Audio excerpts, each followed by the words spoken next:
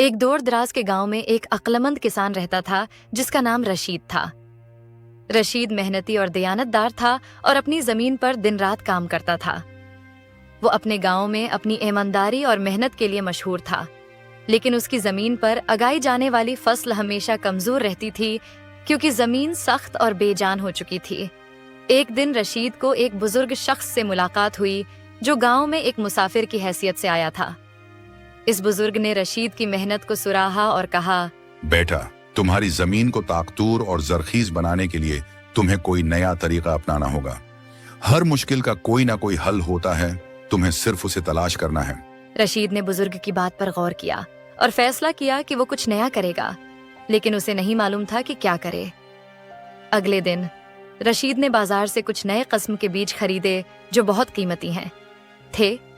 گاؤں کے لوگوں نے اس کا مذاق اڑایا کہ یہ بیج ضائع جائیں گے، تمہاری زمین ان بیجوں کو قبول نہیں کرے گی۔ لیکن رشید نے اپنی امید اور محنت پر بھروسہ کیا اور زمین میں وہ بیج بو دیے۔ رشید نے اپنی زمین کا خیال نئی تکنیکوں کے مطابق رکھا۔ وہ دن رات زمین میں کھاد ڈال کر اسے نرم کرتا رہا اور مسلسل پانی دیتا رہا۔ کچھ مہینوں بعد رشید کی زمین پر خوبصورت سبزہ اگنا شروع ہو گیا۔ وہی زمین جو پہلے بے جان تھی اب زرخیز بن چکی تھی اور فصلیں پھول پھل رہی تھیں۔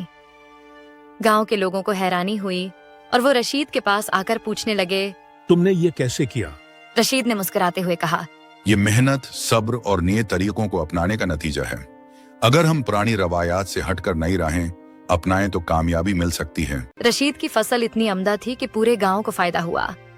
اس نے اپنی محنت اور عقلمندی سے نہ صرف اپنی زندگی بہتر بنائی بلکہ اپنے گاؤں والوں کو بھی فائدہ پہنچایا۔ زندگی میں کامیابی کے لیے محنت کے ساتھ ساتھ نئے خیالات اور طریقوں کو اپنانا ضروری ہے۔ جو لوگ تبدیلی سے گھبراتے ہیں وہ آگے نہیں بڑھ سکتے۔ گاؤں والوں نے رشید کی محنت کو سراہا اور اس کا شکریہ ادا کیا۔ یہ کہانی ہمیں یہ سکھاتی ہے، جب بھی تم دل سے اور محنت سے کام کرو گے، اس کا پھل تم کو ضرور ملے گا۔